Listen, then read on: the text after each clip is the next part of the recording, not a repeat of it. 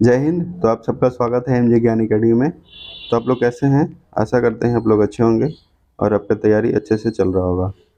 तो आइए आज हम लोग ज्ञान बिंदु जीएस एकेडमी यानी रोशन आनंद सर और बिट्टू झा सर का जो क्लास चलता है दरोगा का, उसमें जो बायोलॉजी का जो टेस्ट हुआ है 100 क्वेश्चन का, आज क्या देखेंगे? 100 क्वेश्चन का सीरीज देखेंगे जो आपको सभी एग्जामों के लिए अति महत्वपूर्ण है। ठीक है, इसमें सिर्फ आपको बायोलॉजी का ही मिलेगा, 100 क्वेश्चन का सिर्फ बायोलॉजी का क्लास मिलेगा। तो आइए देखते हैं पहला क्वेश्चन क्या है। पहला क्वेश्चन क्या है कि 200 शुक्राणु बनने के लिए कितनी बार मियोसिस द्वारा कोशिका विभाजन होगा? 25, 50, 100, 200 बार। तो इसका जो आंसर होगा क्या होगा? इसका जो आंसर होगा आपको 50 बार होगा। क्या होगा? 50 बार। यानी पहला का क्या हो जाएगा? पहला का हो जाएगा आपको बी, 50 बार। सेकंड है 80% से अधिक सेल में पाया जाने वाला पदार्थ है। यानी 80% से अधिक सेल यानी कोशिका में पाया जाने वाला पदार्थ कौन सा है? प्रोटीन है, जल है, खनिज है या फिर हाइड्रोलाइटिक एंजाइम है? तो यह जो है आपको जल है, यानी H2O। जल का क्या सूत्र होता है? H2O। ठीक है, जिसमें हाइड्रोजन 2 होता है ना, और ऑक्सीजन कितना होता है? ऑक्सीजन होता है आपको 1। यानी 2 हाइड्रोजन और 1 ऑक्सीजन मिलके क्या बनता है? आपको जल बनता है। ठीक है, अब उसके बाद है 3 है कोशिका का ऊर्जा गृह यानी पावर हाउस ऑफ सेल।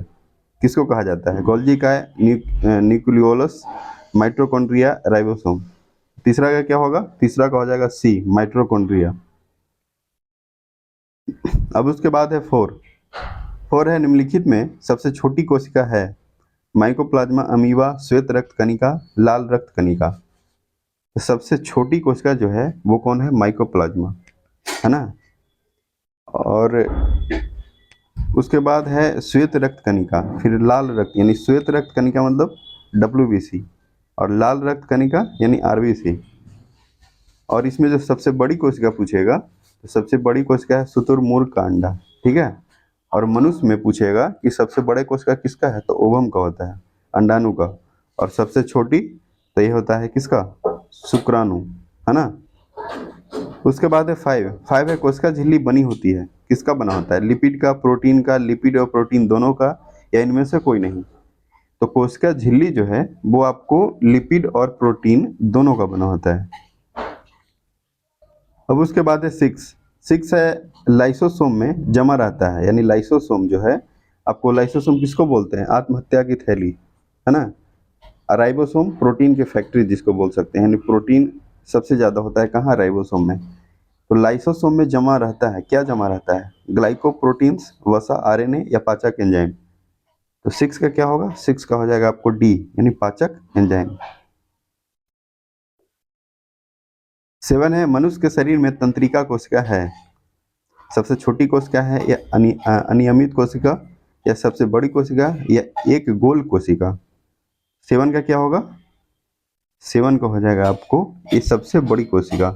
यानी शरीर में तंत्रिका कोशिका जो है आपको सबसे बड़ी कोशिका होता है, और यह जो है आपको मस्तिष्क में होता है। यानी सबसे बड़ा कोशिका कहाँ होता है? मस्तिष्क में, जिसको तंत्रिका कोशिका बोलते हैं। उसके बाद है 8 है निम्नलिखित में कौन सी रचनाएं पादप कोशिका में पाए जाते हैं परंतु जंतु कोशिका में नहीं होता है? लवक, कोशिका भित्ति, बड़ी रिक्तिका, इनमें से सभी। तो जो पादप कोशिका में पाए जाते हैं परंतु जंतु कोशिका में नहीं होता है, वो आपको ये तीनों में से कोई नहीं। यानी जंतु कोशिका में न तो कोशिका भित्ति होता है, न ही लवक होता है, और न ही रिक्तिका होता है। यानी कहने का मतलब 8 का डी हो जाएगा। अब उसके बाद है 9 क्या है? 9 है तरल मोजाइक मॉडल के संबंध में निम्नलिखित कथनों पर विचार कीजिए। फर्स्ट है यह मॉडल कोशिका झिल्ली की संरचना को बताता है। सेकंड है यह मॉडल 1972 में सिंगर और निकोलसन ने प्रस्तुत किया था। उसके बाद है 3, इस मॉडल के अनुसार कोशिका झिल्ली की संरचना में 2 फॉस्फोलिपिड अणुओं के परतों के बीच बीच में गोलाकार प्रोटीन रहता है ना। तो इसका आंसर क्या हो जाएगा? इसका आंसर जो है आपको तीनों सही है, यानी 9 का डी। ठीक है, 9 का डी हो जाएगा। उसके बाद है 10 क्या कहता है कि दो न्यूरॉन को क्या है, दो न्यूरॉन के जोड़ को क्या कहते हैं? गुच्छिका यानी लैंगलीला, सिनेप्स, तंत्रिका या नोड। तो दो न्यूरॉन के जोड़ को आपको क्या बोलते हैं? सिनेप्स बोलते हैं। ठीक है। उसके बाद है 11। 11 है लिंगामेंट का निर्माण होता है। लिंगामेंट का निर्माण कैसे होता है? श्वेत तंतुमय ऊतक से, या पीला तंतुमय ऊतक से, या जालवत संयोजी ऊतक से, या कंकाल ऊतक से। तो 11 का क्या होगा? 11 का हो जाएगा आपको बी, पीला तंतुमय ऊतक से, है ना। ऊतक के अध्ययन को क्या बोलते हैं? हिस्टोलॉजी, याद रखिएगा। यानी ऊतक के अध्ययन को क्या बोलते हैं? हिस्टोलॉजी। ठीक है, हिस्टोलॉजी। और ऊतक का इंग्लिश क्या होता है? टिश्यू। टिश्यू, टिश्यू मतलब क्या होता है? ऊतक होता है। और ऊतक के अध्ययन को क्या बोलेंगे? हिस्टोलॉजी। अब उसके बाद है 12। 12 है त्वचा की बाहरी सतह निर्मित होती है सल्की एपिथेलियम से, या स्तरित सल्की एपिथेलियम से, या स्तंभाकार एपिथेलियम से, या क्यूबॉइल्ड एपिथेलियम से, है ना। तो 12 का क्या होगा? 12 का हो जाएगा आपको बी, स्तरित सल्की एपिथेलियम से। अब उसके बाद है 13। 13 क्या है? 13 है आपको कि शाखाओं से पत्तियां किन कारणों से झड़ जाती है, यानी शाखाओं ब्रांचेस से पत्ती जो है यानी लीफ किन कारणों से झड़ जाती है? वायुमंडलीय तापमान में गिरावट से, या अपना जीवन काल पूर्ण करने से, या फिर दैनिक काल के छोटा हो जाने से, या कॉर्क के बाहर विलगन परत बन जाने से। तो इसका आंसर क्या होगा? इसका आंसर हो जाएगा आपको कॉर्क के बाहर विलगन परत बन जाने से, यानी 13 का डी। उसके बाद है 14। एक वृक्ष की आयु का पता किसके द्वारा लगाया जा सकता है? यानी एक वृक्ष जो है उसको आयु यानी कब तक जो है आपको किसके द्वारा यानी कौन सा कारण से पता लगाया जा सकता है? इसकी ऊंचाई को माप कर नहीं, फिर उसके बाद वार्षिक वलय की गिनती करके, उसके बाद शाखाओं की संख्या को गिनकर, या आयु मापने की कोई तरीका नहीं। इसका जो आंसर होगा आपको कि वार्षिक वलय की गिनती करके, है ना। क्या होगा? वार्षिक वलय की गिनती करके आपको वृक्ष की आयु का पता लगा सकते हैं। आप याद रखिए क्या है, वीवीआई क्वेश्चन है। आप यह जो है आपको वीवीआई क्वेश्चन है। अब उसके बाद है 15। 15 है कि फलों तथा बीजों का कठोर आवरण किस ऊतक के द्वारा तैयार होता है? यानी फलों तथा बीजों का कठोर आवरण आपको दृढ़ ऊतक, स्थूल कोण, स्थूल ऊतक, या मृदु ऊतक, या इनमें से सभी। तो इसका जो आंसर हो जाएगा दृढ़ ऊतक होगा। क्या होगा? दृढ़ ऊतक, है ना। एक और है जैसे मृद ऊतक, स्थूल कोण, अदृढ़ ऊतक। तो मृद जो ऊतक है यह जो है आपको मुलायम होता है। मृद ऊतक मुलायम होता है, और स्थूल कोण आपको कठोर होता है, नहीं लचीला होता है। ठीक है। और दृढ़ ऊतक जो है आपको कठोर होता है। यानी मृद ऊतक मुलायम होता है, और स्थूल कोण कठोर लचीला होता है, और दृढ़ ऊतक आपको कठोर होता है। ठीक है। तो आप इन सभी बातों को भी याद रखिएगा। अब उसके बाद है 16। 16 क्या है कि निम्नलिखित कथनों पर विचार कीजिए। पौधों के अस्थायी ऊतक के कोशिकाओं में विभाजन की क्षमता नहीं होती है, या विभाज्योतिक ऊतक की वृद्धि के फलस्वरूप पौधे में अस्थायी ऊतक बनता है। तो इनमें से कौन सा सही होगा? यानी 16 का कौन सा सही होगा? यह जो है आपको दोनों सही है, यानी 16 का बी हो जाएगा। अब उसके बाद है 17। 17 है शीर्षस्थ। शीर्षस्थ जो है विभाज्योतिक उत्तरदायी होता है लंबाई में वृद्धि के लिए, मोटाई में वृद्धि के लिए, या मृदुतक में वृद्धि के लिए, या वलकुट में वृद्धि के लिए। तो 17 का क्या होगा? 17 का हो जाएगा ए, लंबाई में वृद्धि के लिए। 18 है हिस्टोलॉजी शब्द का प्रयोग सर्वप्रथम किसने किया?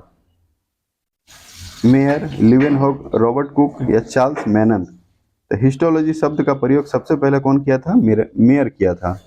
और हिस्टोलॉजी जो है आपको किसका है? ऊतक का अध्ययन है। इससे पहले आपको बताए ऊतक के अध्ययन को क्या बोलते हैं, यानी टिश्यू के अध्ययन को क्या बोला जाता है?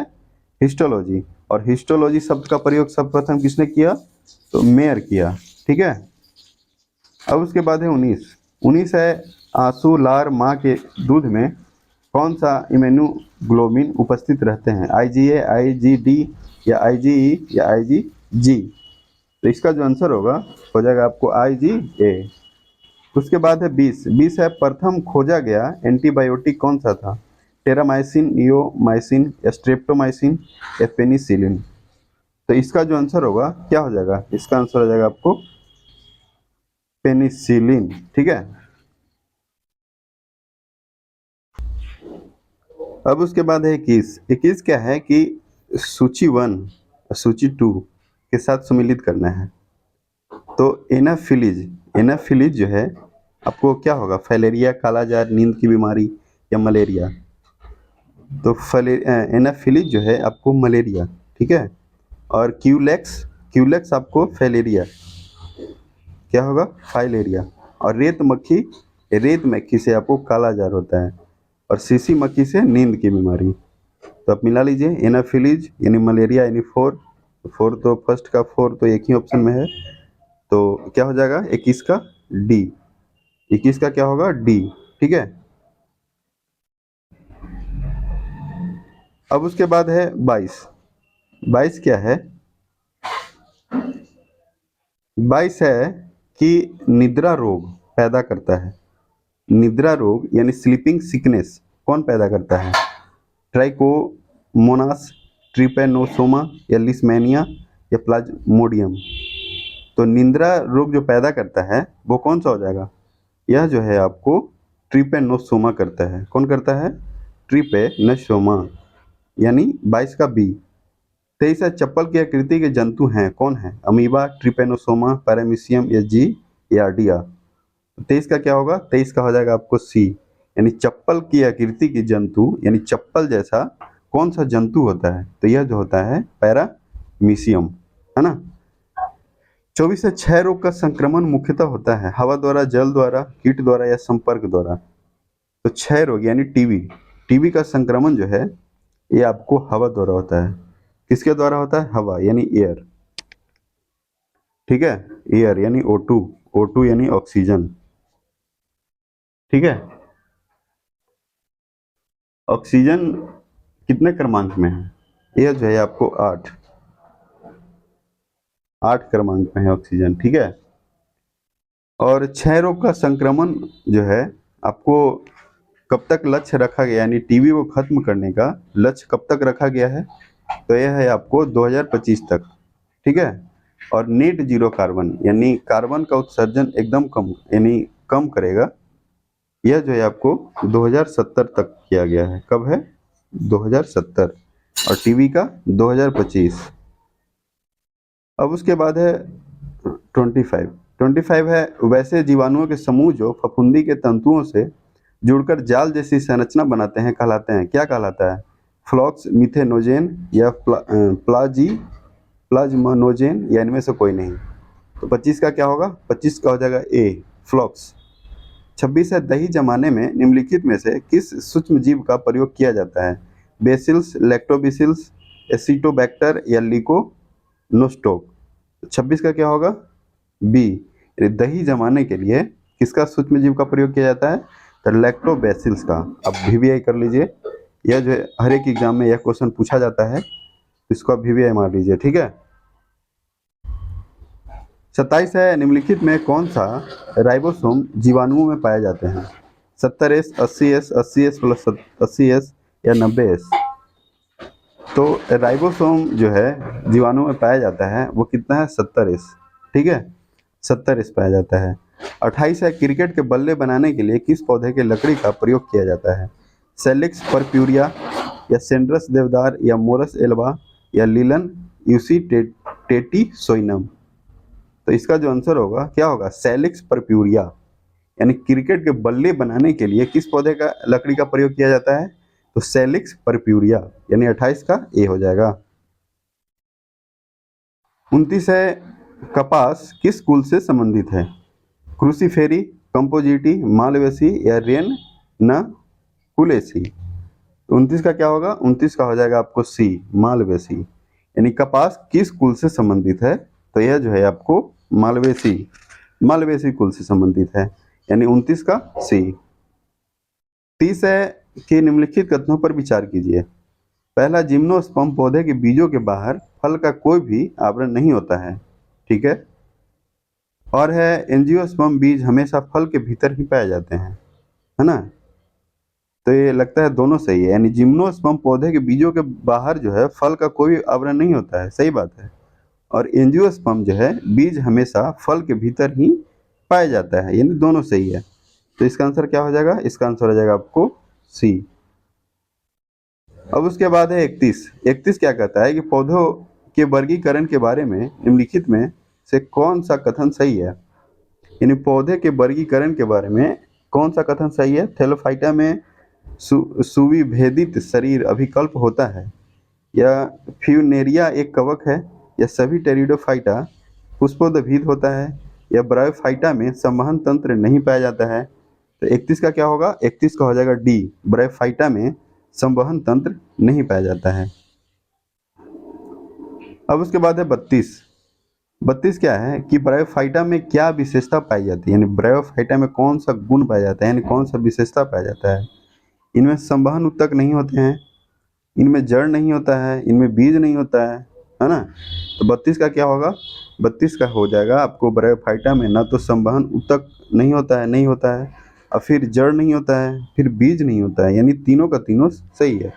यानी 32 का क्या होगा? 32 का हो जाएगा आपको डी हो जाएगा। फिर उत्तक आया, उत्तक के बारे में बताया था क्या कि उत्तक के अध्ययन को क्या बोलते हैं? हिस्टोलॉजी बोलते हैं, ठीक है, हिस्टोलॉजी। 33 है, निम्नलिखित में कौन सा पौधा थैलोफाइटा समूह में नहीं आता है, यानी कौन सा पौधा जो है थैलोफाइटा समूह में नहीं आता है? कारा, स्पाइरोगाइरा, अल्वा या रिक्सिया। तो 33 का क्या होगा? 33 का हो जाएगा आपको डी, रिक्सिया। थैलोफाइटा समूह में नहीं आने वाला कौन सा है? रिक्सिया है, ठीक है। 34 है, किस शैवाल से आयोडीन प्राप्त होता है? Ectocarpus, laminaria, Ulothrix, Oedogonium. 34 का क्या होगा? 34 का हो जाएगा आपको बी, यानी लेमिनेरिया शैवाल से आपको क्या प्राप्त होता है? आयोडीन, है ना, आयोडीन प्राप्त होता है, ठीक है। और आयोडीन की कमी से कौन सा रोग होता है? आयोडीन की कमी से आपको घेंघा रोग होता है, ठीक है, घेंघा रोग होता है। अब उसके बाद है 35। 35 है, नाम पद्धति कोड के अनुसार जीवों के वैज्ञानिक नाम लिखने का कौन सा तरीका सही है? ओमेवा प्रोटिवस, ओमेवा प्रोटिवस या ओमेवा प्रोटिवस, सबका सब सेम है, ये तो गलत है। तो इसका आंसर क्या हो जाएगा? इसका आंसर हो जाएगा आपको नन ऑफ दीज। एक ऑप्शन लगा लीजिएगा, क्या? ई, नन ऑफ दीज, ठीक है। अब उसके बाद है 36। 36 क्या है कि पौधों का नाम देने वाला विज्ञान कहलाता है। पौधों का नाम देने वाला विज्ञान क्या कहलाता है? पहचान, वर्गीकरण, नामकरण, वर्गीकी। तो 36 का क्या होगा? 36 का हो जाएगा आपको डी, वर्गीकी, यानी पौधों का नाम देने वाला विज्ञान क्या कहलाता है? वर्गीकी कहलाता है। 37 है, निम्न में किसे ल्वाइन फिश कहा जाता है? स्टिंगरे, लोबियो रोहिता, टेरोइस वोलियंस या कोलोफाइराइन जार्डन। तो 37 का क्या होगा? 37 का हो जाएगा सी, टेरोइस वोलियंस, यानी लॉइन फिश आपको टेरोइस वोलियंस को कहा जाता है। ये भी आपको वीवीआई है, ठीक है, ये भी आपको बहुत एग्जाम में पूछा गया क्वेश्चन। अब उसके बाद है 38। 38 है, निम्नलिखित में से कौन सा एक भारत का राष्ट्रीय जलीय प्राणी है? यानी कौन सा राष्ट्रीय जलीय प्राणी है ये आपको बताना है, ठीक है। तो इसका ऑप्शन क्या है? इसका ऑप्शन है आपको कि खारे पानी का मगर, या ओलिव रिडले टर्टल, या गंगा की डॉल्फिन, या घड़ियाल। तो इसका जो आंसर हो जाएगा आपको गंगा की डॉल्फिन। और यह जो है आपको राष्ट्रीय जलीय जीव जो घोषित किया गया था 2005 में किया गया था, ठीक है। उसमें सरकार किनका था? मनमोहन सिंह का। मनमोहन सिंह उस समय क्या थे? भारत के प्रधानमंत्री थे। और 2014 में कौन बने? मोदी जी, यानी नरेंद्र मोदी, जो अभी तक वही हैं। उसके बाद है 39। 39 है, रक्त में प्रतिस्कंदक पदार्थ कौन सा है? फाइब्रिनोजेन, हेपेरिन, थ्रोम्बिन या ग्लोबिन। तो रक्त में प्रतिस्पंदन पदार्थ कौन सा है? हेपेरिन है। क्या है? हेपेरिन। तो 39 का क्या होगा? बी हो जाएगा। 40 है, सबसे छोटा पक्षी इनमें से कौन होता है? इनमें से कौन है? कबूतर, तोता, गुंजन पक्षी या घरेलू गोरैया। तो 40 का क्या होगा? 40 का हो जाएगा सी, यानी छोटा पक्षी कौन है? गुंजन पक्षी है। ठीक है। 41 है, पहला क्लोन पशु डॉली कौन सा पशु था? ये पहला क्लोन पशु डॉली कौन सा पशु था? कुत्ता, खरगोश, बिल्ली, भेड़। तो यह जो है आपको भेड़ हो जाएगा, यानी 41 का डी। अब उसके बाद है 42। 42 है, ऑक्टोपस है। ऑक्टोपस क्या है? ऑक्टोपस क्या है बताइए? संधिपाद, शूलचर्मी, हेमिकार्डा, मृदु कवची। ऑक्टोपस जो है ये आपको है मृदु कवची, यानी 42 का क्या होगा? 42 का हो जाएगा डी। तिलचट्टा 43 है, तिलचट्टा का हृदय में कितने कक्ष होता है? 3, 13, 11, 4। 3, 13, 11, 4। तो 43 का क्या होगा? 13, यानी तिलचट्टा का हृदय में कितना कक्ष होता है? 13 कक्ष होता है। ठीक है। और मनुष्य में कितना होता है? 4 कक्ष होता है। उसके बाद है 44। 44 है, हाइड्रा किस संघ के जीव है? सिलेटरेटा, नाइडेरिया, प्लेटी हेलमनथीज या मोलस्क। तो 44 का क्या होगा? 44 का हो जाएगा ए, सिलेटरेटा। 45 है, निम्न कथनों पर विचार कीजिए। ये जीव बहुकोशिकीय होते हैं, बस बहुकोशिकीय तो हैं, परंतु इनकी कोशिका उत्तक नहीं बना पाते हैं। सेकंड है, ये जीवों का पूरा शरीर छिद्रित रहता है और शरीर पर स्थित छिद्र को ऑस्टिया कहते हैं। या ये जीव प्रायः समुद्र में रहते हैं और इन्हें स्पंज कहते हैं।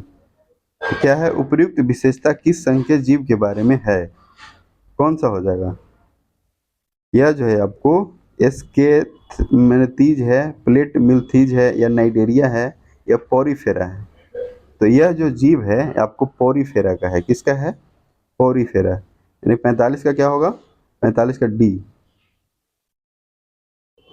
46 है, प्रकाश संश्लेषण में जल के विखंडन के समय कौन सा तत्व की आवश्यकता होती है? Magnesium, manganese, boron, magnesium. यानी दो को मैग्नीशियम दे दिया है, तो इसका जो आंसर हो जाएगा क्या होगा? मैग्नीज हो जाएगा। क्या होगा? मैग्नीज। 47 है, निम्नलिखित कथनों पर विचार कीजिए। क्या है? क्या विचार करना है भाई?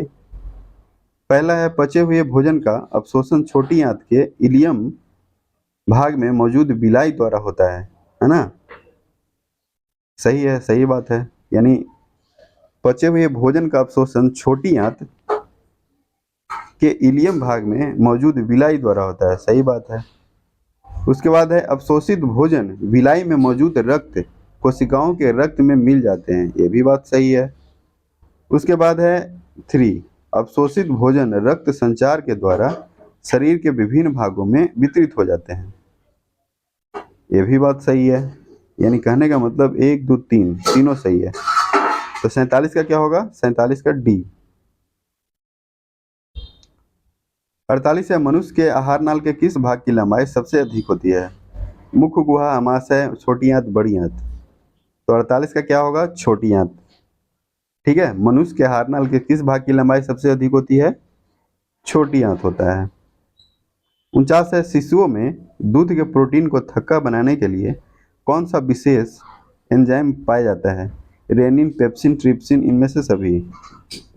तो दूध के प्रोटीन को थक्का बनाने के लिए आपको कौन सा एंजाइम होता है? तो रेनिन होता है। ठीक है। 50 है, प्रोटीन का पाचन कहाँ से प्रारंभ होता है? मुख्य गुहा, छोटी आंत, उदर या ग्रास नली।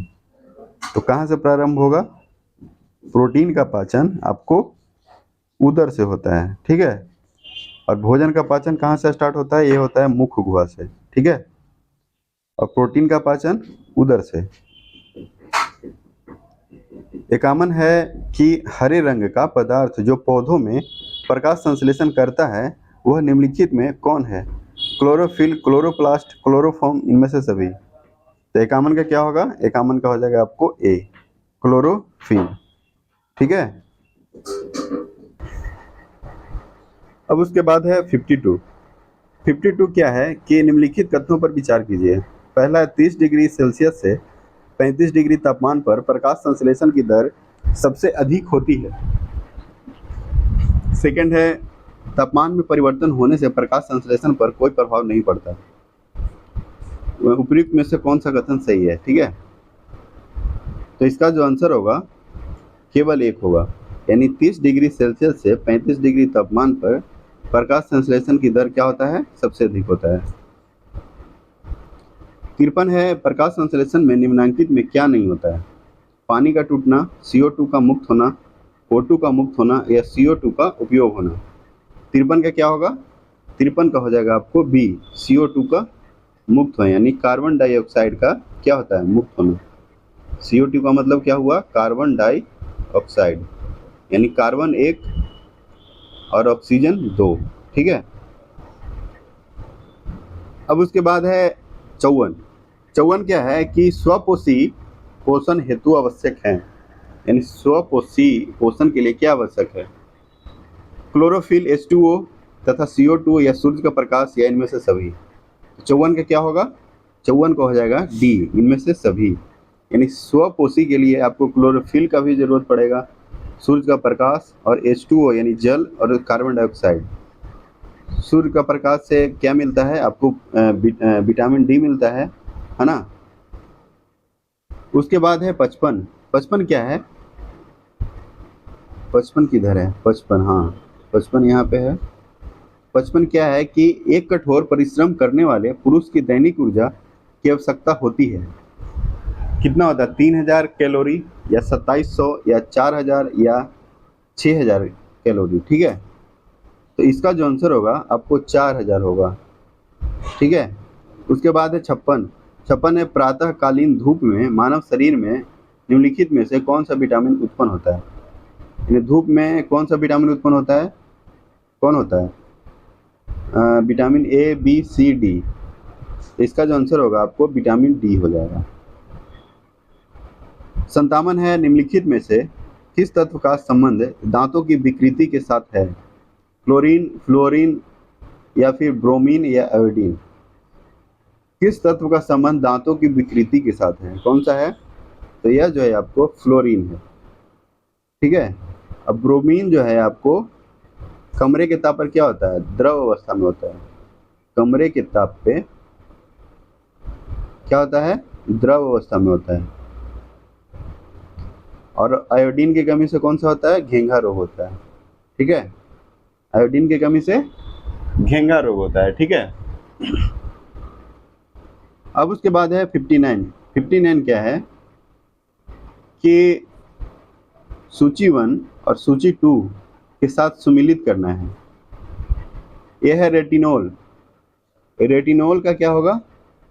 रेटिनॉल का आपको नेत्र सूखकर लाल होना। ठीक है, यानी नेत्र सूखकर क्या होता है? लाल होता है। ठीक है। और उसके बाद है टोकोफेरॉल। टोकोफेरॉल, टोकोफेरॉल से क्या होगा? टोकोफेरॉल से आपको बांध्यता। ठीक है। साइनोकोबालामिन, यह जो है आपको घातक रक्त क्या है? तालपाता। ठीक है। और पायरिडॉक्सिन से मानसिक व्याधि। तो अब मिला लीजिए, रेटिनॉल नेत्र सूखकर लाल होना कौन सा है? 3 है। और टोकोफेरॉल यह जो है आपको बांधता है। और साइनोकोबालामिन घातक, यानी क्या होगा? 3, 4, 1, 2, यानी 59 का सी हो जाएगा। 60 यानी 60। 60 क्या है कि जीवधारियों को कम से कम 27 तत्वों की आवश्यकता होती है, जिनमें से 15 धातुएं हैं। इनमें जो प्रभुत मात्रा में आवश्यक होती है वे हैं क्या हैं? सोडियम, मैग्नीशियम, सी, कॉपर तथा मैग्नीज या पोटेशियम, या sodium, magnesium, calcium, potassium, magnesium और कैल्शियम। ठीक है। या डी है कैल्शियम, कॉपर और क्या है? कॉपर या कैल्शियम। तो इसका जो आंसर हो जाएगा, इसका आंसर हो जाएगा आपको डी, यानी 60 का डी। 61 है कोलेस्ट्रॉल है, क्या है? कार्बोहाइड्रेट, प्रोटीन, वसा, स्टेरॉल। तो इसका जो आंसर हो जाएगा आपको एस्टेरॉल, यानी कोलेस्ट्रॉल क्या है? एक एस्टेरॉल है, ठीक है। और प्रोटीन क्या है? प्रोटीन की फैक्ट्री किसको बोलते हैं? राइबोसोम को। यानी सबसे ज़्यादा प्रोटीन कहाँ होता है? राइबोसोम में होता है। कहाँ होता है? राइबोसोम, ठीक है, राइबोसोम। अब उसके बाद है 62। 62 फलों में पाया जाने वाला शर्करा कौन सा है? ग्लूकोज, फ्रक्टोज, ग्लैक्टोज या स्टार्च? तो इसका जो आंसर हो जाएगा आपको बी, फ्रक्टोज हो जाएगा। 63 है एमिनो अम्ल में पाया जाने वाला क्रियात्मक समूह है, क्या है? Single bond COOH, single bond NH2 या ए तथा बी दोनों, या सी डबल बॉन्ड O। 63 का क्या होगा? 63 का हो जाएगा आपको सिंगल बॉन्ड COOH और सिंगल बॉन्ड NH2, यानी ए और बी दोनों। 64 है शरीर में अधिकतम ATP का निर्माण श्वसन के किस क्रिया में होती है? ग्लाइकोलाइसिस, क्रेब्स चक्र, फिल्ट्रेशन या विसरण? 64 का क्या होगा? 64 का हो जाएगा आपको क्रेब्स चक्र, यानी शरीर में अधिकतर ATP का निर्माण आपको क्रेब्स चक्र में ही होता है। ATP का पूरा नाम क्या है? एडोसिन ट्राइफॉस्फेट, ठीक है। 65 है मनुष्य के फेफड़ों का पूर्ण रूप से ऑक्सीजन रहित हो जाने की स्थिति को क्या कहा जाता है? हाइपोक्सिया, एनोक्सिया, एटीलैक्टोसिस या नेक्रोसिस, है ना। तो 65 का क्या होगा? 65 का हो जाएगा आपको बी, एनोक्सिया। यानी मनुष्य के फेफड़ों का पूर्ण रूप से ऑक्सीजन रहित हो जाने की स्थिति को आपको क्या बोलते हैं? एनोक्सिया बोलते हैं। 66 है निम्नलिखित कथनों पर विचार कीजिए। क्या विचार करना है? कि श्वसन की प्रक्रिया जीव जंतुओं तथा पेड़ पौधों सभी में समान रूप से होता है, या श्वासोच्छवास प्रक्रिया जीव जंतुओं तथा पेड़ पौधों में अलग अलग तरीके होता है? तो इसका जो आंसर होगा, इसका जो आंसर हो जाएगा आपको दोनों हो जाएगा, ए और बी दोनों, यानी फर्स्ट एंड सेकंड दोनों हो जाएगा। 67 है फेफड़े की संरचनात्मक तथा क्रियात्मक इकाई कौन सा है? ट्रेकिया, वायुकोश, रक्त या ग्रसनी? यानी फेफड़े की संरचनात्मक या क्रियात्मक जो है ये आपको है वायुकोश। क्या है? वायुकोश। ये भी आपको VBI है, VBI लगा लें, ये भी बहुत बार एग्जाम में पूछा गया है, ठीक है। अब उसके बाद है 68। 68 क्या है कि निम्नलिखित में कौन सा एक मानव के श्वसन मार्ग का सही क्रम है? यानी श्वसन मार्ग का सही क्रम कौन सा हो जाएगा? आपको नासिक छिद्र, ठीक है, फिर है ग्रसनी, है ना, नासिक छिद्र यानी नाक, फिर है ग्रसनी, लैरिंग्स, ट्रैकिया, उसके बाद फेफड़ा। हाँ, तो यही तो है, यानी 68 का क्या होगा? 68 का ये हो जाएगा। यानी सबसे पहले नासिक छिद्र होता है, फिर ग्रसनी होता है ना, फिर लैरिंग्स होता है, फिर ट्रैकिया होता है, उसके बाद फेफड़ा होता है। अब उसके बाद है 69। 69 क्या है कि जंतुओं में अनऑक्सीश्वसन से क्या क्या उत्पन्न होता है? पायरुविक अम्ल तथा ATP, या अल्कोहलक CO2 तथा ATP, या लैक्टिक अम्ल तथा ATP, या CO2 जल तथा ATP? तो इसका जो आंसर हो जाएगा आपको क्या होगा? इसका जो आंसर हो जाएगा आपको लैक्टिक अम्ल तथा ATP। अभी ATP का फुल फॉर्म क्या बताए? Adenosine triphosphate. यानी जंतु में अनऑक्सीश्वसन से क्या क्या उत्पन्न होता है? लैक्टिक अम्ल होता है और ATP उत्पन्न होता है। 70 है ग्लाइकोलाइसिस का अंतिम उत्पाद होता है ग्लूकोज, पायरुविक अम्ल, इथाइल अल्कोहल या CO2? तो 70 का क्या होगा? 70 का हो जाएगा बी, पायरुविक अम्ल।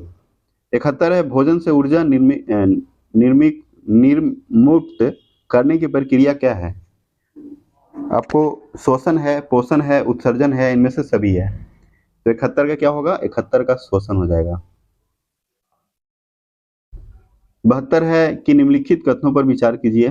पहला है पुरुष के रक्त के तुलना में महिलाओं के रक्त में लाल रक्त कणों RBC की संख्या कम होती है ना, या सही बात है, यानी पुरुष के रक्त के तुलना में महिलाओं के रक्त में लाल रक्त RBC की संख्या कम होता है, सही बात है।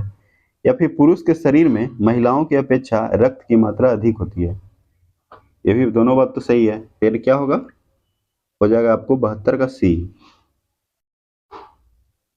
73 है कि नीचे एक अभिकथन ए और एक कारण आर दिया गया है। तो अभिकथन ए क्या है कि ओ रक्त समूह वाले व्यक्ति को यूनिवर्सल प्राप्तकर्ता माना जाता है ना, गलत बात है। फिर उसके बाद है ओ प्रकार के रक्त में कोई एंटीजन नहीं होता है ना। तो इसका जो आंसर हो जाएगा आपको केवल आर होगा, यानी ए गलत है और आर क्या है, सही है, यानी 73 का बी। 74 क्या है, 74 है रक्त में एंटीबॉडी मौजूद रहते हैं, लाल रक्त कणिकाओं में, श्वेत रक्त कणिका, प्लेटलेट्स या प्लाज्मा। यानी रक्त में एंटीबॉडी कहाँ किस में होता है, तो यह जो है आपको प्लाज्मा में होता है, ठीक है, प्लाज्मा। 75 है निम्नलिखित में किस रक्त कणिकाओं की मृत्यु रक्त में ही हो जाती है, आरबीसी, डब्ल्यूबीसी, ब्लड, प्लेटलेट्स या इनमें से सभी। तो इसका जो आंसर हो जाएगा डब्ल्यूबीसी, व्हाइट ब्लड सर्कुलेशन, यानी श्वेत रक्त कणिका। यानी किस रक्त कणिकाओं की मृत्यु रक्त में हो जाता है, तो डब्ल्यूबीसी। 76 है मानव शरीर का सामान्य तापक्रम होता है 40.5 डिग्री सेल्सियस, 310 डिग्री सेल्सियस या 39.6 डिग्री सेल्सियस या 36.9। तो मानव शरीर का तापक्रम जो है आपको 36.9 डिग्री सेल्सियस, ठीक है, 36.9। फ़ारेनहाइट में पूछेगा तो 98.6 हो जाएगा, ठीक है। केल्विन में पूछेगा तो 310 केल्विन, और डिग्री सेल्सियस में तो 36.9, फ़ारेनहाइट में तो 98.6 फ़ारेनहाइट। अब उसके बाद है 77 है कि एक वयस्क पुरुष के लिए समान हीमोग्लोबिन की मात्रा प्रति 100 ml रक्त में होना चाहिए, कितना होना चाहिए, 11.5 ग्राम या 12.5 या 13.5 या 14.5। तो 77 का क्या होगा, 14.5 ग्राम। 78 है फुफ्फुस धमनी की उत्पत्ति होती है, दाएं नीले में, बाएं नीले, दाएं अलिंद या बाएं अलिंद। तो 78 का क्या होगा, ए हो जाएगा, दाएं नीले में। 79 है कि एक स्वस्थ व्यक्ति का सामान्य स्थिति में रक्त दाब कितना होता है, स्वस्थ मनुष्य का सामान्य स्थिति में रक्त दाब कितना होगा, 120/80, 160/95, 130/90, 80/120। तो इसका जो आंसर हो जाएगा क्या होगा, 120/80। 80 है पौधों में पानी की आपूर्ति किस क्रिया द्वारा होता है, प्रसरण, विसरण, अंतःशोषण या ससंजन। तो 80 का क्या होगा, 80 का हो जाएगा ये प्रसरण। 81 क्या है, 81 है कि निम्नलिखित में से कौन सी झिल्ली की विशेषता है, फॉस्फोलिपिड अणु का द्विस्तर जिसमें प्रोटीन और कोलेस्ट्रॉल अंतः स्थापित होता है, या प्रोटीन अणु का द्विस्तर जिसमें लिपिड और कोलेस्ट्रॉल अंतः स्थापित होता है, या उदासीन लिपिड का द्विस्तर जिसमें प्रोटीन और कोलेस्ट्रॉल अंतः स्थापित होता है, या उदासीन लिपिड का द्विस्तर जिसमें कोलेस्ट्रॉल और प्रोटीन नहीं होता है। तो इसका जो आंसर हो जाएगा आपको ए हो जाएगा।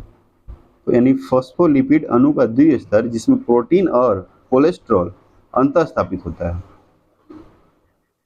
अब उसके बाद क्या है, अब उसके बाद है 82। 82 क्या है, 82 क्या कहता है कि ब्रायोफाइटों के बारे में निम्नलिखित कथनों में कौन सा सही नहीं है, यानी कौन सा आपको सही नहीं है जो बताना है, ठीक है। पादप काय युग्मकोद्भिद यानी गैमेटोफाइट होता है, गलत बात है। फिर है ए वनस्पति जगत के उभयचर भी कहे जाते हैं, ये भी गलत है, दोनों गलत है। फिर है पादप काय मूलाभासों द्वारा आधार से जुड़ा होता है, ये भी गलत है। उसके बाद है डी विशिष्टाकृत जल चालक उत्तक विद्यमान होते हैं, ये सही है, यानी क्या होगा, 82 का हो जाएगा आपको डी, ठीक है।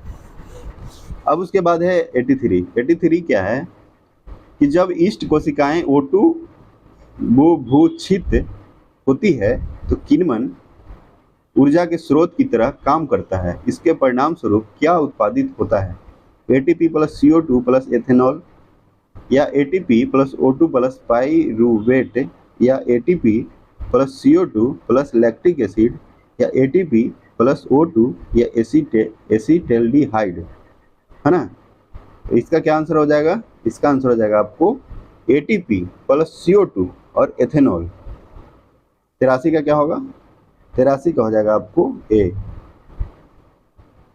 अब उसके बाद है 84। 84 क्या है कि एक प्रयोगशाला प्रयोग के दौरान किसी विद्यार्थी ने अधिचर्मी पत्र छीलन को एक अति परासरण दाबी घोल में निमज्जित किया। कुछ समय बाद उस विद्यार्थी ने सूक्ष्मदर्शी में उन कोशिकाओं का परीक्षण किया और यह प्रेक्षित किया कि वे कोशिकाएं फल गई, है ना। और क्या है? और है कि वे कोशिकाएं द्रव्य कुंचित हो गई। हाँ, ये सही है, यानी वे कोशिकाएं जो है आपको क्या हुआ? द्रव्य कुंचित हो गए, यानी 84 का बी। 85 क्या है? 85 है आपको कि सूची 1 और सूची 2 से सम्मिलित करना है। क्या है कि फुसफुस धमनी, यानी फुसफुस धमनी आपको क्या चीज से है? आपको यह जो है आपको फुसफुस धमनी हृदय से फुसफुस को रक्त ले जाती है, सही बात है। और कोशिका, कोशिका क्या है? कोशिका है आपको कि धमनियों और कोशिका नहीं, केशिका है, धमनियों और शिराओं के बीच संयोजन, सही है। फिर है हृदय धमनी, तो यह जो है आपको हृदय पेशी को रक्त ले जाती है। फिर है फुसफुस शिरा, तो फुसफुस शिरा आपको फुसफुस से हृदय को रक्त ले जाता है, यानी 85 का क्या होगा? 85 का हो जाएगा आपको A, ठीक है। अब उसके बाद है 86। 86 है कि वनस्पति कोशिकाओं में RNA कहाँ विद्यमान होता है? RNA यानी राइबो न्यूक्लिक एसिड, यानी वनस्पति कोशिका में RNA कहाँ विद्यमान होता है? केवल कोशिका द्रव में होता है, या केवल केंद्रक और कोशिका द्रव में, या केंद्रक कोशिका द्रव सूत्रकणिका हरित लवक और अंतःप्रेरक जलिका, या केंद्रक कोशिका द्रव सूत्रकणिका हरित लवक या राइबोसोम। तो इसका जो आंसर हो जाएगा, इसका जो आंसर हो जाएगा आपको C, केंद्रक कोशिका द्रव में होता है। 87 है घास में अंतर्वेशी विभज्योतक समानता कहाँ पर स्थित होता है? मूलाग्र, तने के पार्श्व, पर्णमूल या प्ररोह अग्र। तो 87 का क्या हो जाएगा आपको? ये हो जाएगा पर्णमूल, 87 का C। अब उसके बाद है 88। 88 क्या है? पौधों में जल के ऊर्ध्वमुखी चालन के लिए जाइलम एक प्रकार का सम्मिश्रण उत्तक होता है। निम्नलिखित में से कौन सा जाइलम उत्तक जीवित कोशिकाओं से बना होता है? पहला है वाहिनिकी, सेकंड है वाहिका या जाइलम मृद उत्तक या जाइलम फाइबर। तो 88 का क्या होगा? C, जाइलम मृद उत्तक। उसके बाद है 89। 89 क्या है कि शीघ्र और दक्ष अनुक्रिया के लिए प्राणियों में प्रतिवर्त चाप विकसित होते हैं। निम्नलिखित में से कौन सा अनुक्रम प्रतिवर्त चाप को सटीक रूप से निरूपित करता है? तो इसका जो आंसर है ग्राही संवेदनी न्यूरॉन, मेरुरज्जु में रिले न्यूरॉन, या मस्तिष्क प्रेरक न्यूरॉन, या कार्यकर। तो इसका आंसर हो जाएगा आपको 89 का A।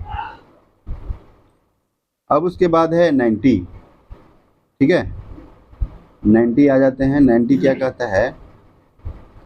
90 कहता है कि एक बच्ची को जन्म दिवस पर अपने पिता से एक लंबा सुंदर पौधा उपहार में मिला, किंतु साथ में एक प्रश्न भी था कि पिता ने पूछा कि वह कैसे सत्यापित करेगी कि इस संतति लंबे पौधे के दोनों जनक पौधे लंबे थे या एक जनक पौधा लंबा और दूसरा छोटा था। वह निम्नलिखित में से किस विधि से इसका सत्यापन कर सकती है? तो क्या होगा इसका? पर परागन या स्वपरागन या उत्तक संवर्धन या ऋणात्मक प्रवर्धन। तो इसका जो आंसर हो जाएगा आपको स्वपरागन हो। क्या होगा? स्वपरागन।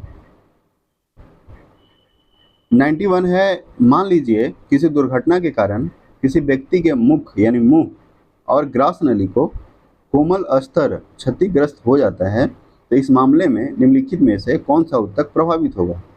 चिकनी पेशी, घनास्थी उपकला, या सल्की उपकला, या रेखित पेशी। तो इसका जो आंसर हो जाएगा आपको सल्की उपकला। यानी 91 का सी। 92 क्या है कि सही मिलान करें। क्या करना है? सही मिलान करना है। पहला है IgA, IgG, IgM या IgE। सही मिलान में क्या होगा?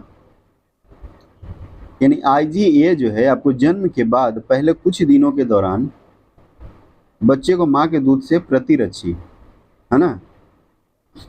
फिर है IgG, तो यह जो है आपको जन्म से पहले बच्चे को माँ के रक्त के माध्यम से प्रतिरक्षी, है ना। और IgM क्या है? IgM है आपको संक्रमण स्थल पर पहुंचने वाला पहला प्रतिरक्षी, है ना। और IgE जो है यह है आपको एलर्जी के लिए उत्तरदायी। तो इसका आंसर क्या होगा? 92 का सी हो जाएगा। उसके बाद है 93। 93 क्या कहता है कि मनुष्य के मस्तिष्क का कौन सा भाग एचियो पेशियों के संकुचन पर नियंत्रित करता है? सेरिब्रम, सेरिबेलम, मेंडुला ऑब्लोंगाटा या मेंडुला ऑब्लोंगाटा। दोनों तो एक ही दिया हुआ है, तो 93 का क्या होगा? यानी मनुष्य के मस्तिष्क का कौन सा भाग ऐच्छिक पेशियाँ, ऐच्छिक मांसपेशियाँ, यह है आपको सेरिबेलम। जो आपको क्या होता है? सेरिबेलम आपको बीच में भाग होता है। सबसे पहले क्या होता है? सेरिब्रम होता है, फिर सेरिबेलम, उसके बाद मेंडुला। तो सेरिबेलम आपको मस्तिष्क का बीच वाला भाग है। यह जो है आपको ऐच्छिक पेशियों का संचूरण क्या करता है? संकुचन करता है। 94 है निम्न में से कौन सा अनिवार्य अमीनो अम्ल है? कौन सा है? ल्यूसिन, ग्लाइसिन या टाइरोसिन या ग्लूटामिन। तो 94 का क्या होगा? 94 का हो जाएगा ए, ल्यूसिन। 95 है माहवारी चक्र में पुटिका प्रावस्था कितने दिन की होती है? 15 से 20, 10 से 12, 5 से 7 या 4 से 6। तो इसका जो आंसर हो जाएगा 10 से 12 दिन। उसके बाद है 96। 96 क्या कहता है कि निम्नलिखित में से कौन सा युग्म सही सुमेलित नहीं है? विटामिन B6, धान की चोकर, राइस ब्रेन, गलत है। विटामिन B2, कॉड या कृत तेल, यह सही है। कौन सा सुमेलित नहीं है? अच्छा, कौन सा सुमेलित नहीं है ना? तो विटामिन B6 सही है, धान की चोकर, राइस ब्रेन सही है, और विटामिन E, गेहूं अंकुर तेल, ये भी सही है। विटामिन K, एल्फाल्फा, ये सही है। यानी विटामिन B2 जो है आपको कॉड या कृत तेल, ये गलत है। और उसके बाद है 97। 97 क्या है कि निम्नलिखित में से कौन सा युग्म सुमेलित नहीं है? Down syndrome. क्या है? Down syndrome. इसमें 21वीं जोड़ी गुणसूत्र 2 के बजाय 3 होती है, ठीक है। कौन सा क्या है? युग्म सुमेलित नहीं है। कौन सा सही नहीं है? ये तो सही है। फिर है क्लाइनफेल्टर सिंड्रोम। इनमें लिंग गुणसूत्र 2 के बजाय 3 XXY होते हैं, सही है। फिर है टर्नर सिंड्रोम। इनमें लिंग गुणसूत्र में से केवल एक बाई गुणसूत्र उपस्थित होते हैं। ये आपको क्या है? गलत है। 97 का सी हो जाएगा। 98 है कि किसमें परिवर्तन के कारण रंध्र खुलते या बंद होते हैं? कोशिकाओं में न्यूक्लियस की स्थिति, या कोशिकाओं की प्रोटीन संरचना, या कोशिकाओं में जल की मात्रा, या उपयुक्त में से एक से अधिक। तो इसका जो आंसर हो जाएगा आपको कोशिकाओं में जल की मात्रा। 99 है निम्नलिखित में से कौन सा पाचक हार्मोन छोटी आंत में स्रावित होती है? आपको कोलेसिस्टोकाइनिन, सिक्रेटिन या मोटिलिन, ये सभी होता है। क्या होता है? सभी होता है। आज का लास्ट क्वेश्चन बायो का है कि निम्न में से कौन सा विकल्प गलत है? कौन सा विकल्प आपको गलत है ये बताना है। अमोनोटेलिक मछलियाँ प्रोटोजोआ सही है। यूरेगोटेलिक मेढक मनुष्य सही है। यूरेकोटेलिक पक्षी सरीसृप, ये भी सही है। कौन सा नहीं है? इनमें से कोई नहीं, ठीक है। यानी 100 का क्या होगा? इनमें से कोई नहीं, नन ऑफ दीज। तो चलिए आज के लिए इतना ही। जो भी इस चैनल पे नए हैं या फिर चैनल पे पहली बार विजिट किए हैं, तो इस चैनल को क्या करना है? सब्सक्राइब, और वीडियो अच्छा लगे तो वीडियो को लाइक कर दें और अपने दोस्तों में इस वीडियो को शेयर करें, ठीक है। जय हिंद, जय भारत, जय बिहार। धन्यवाद।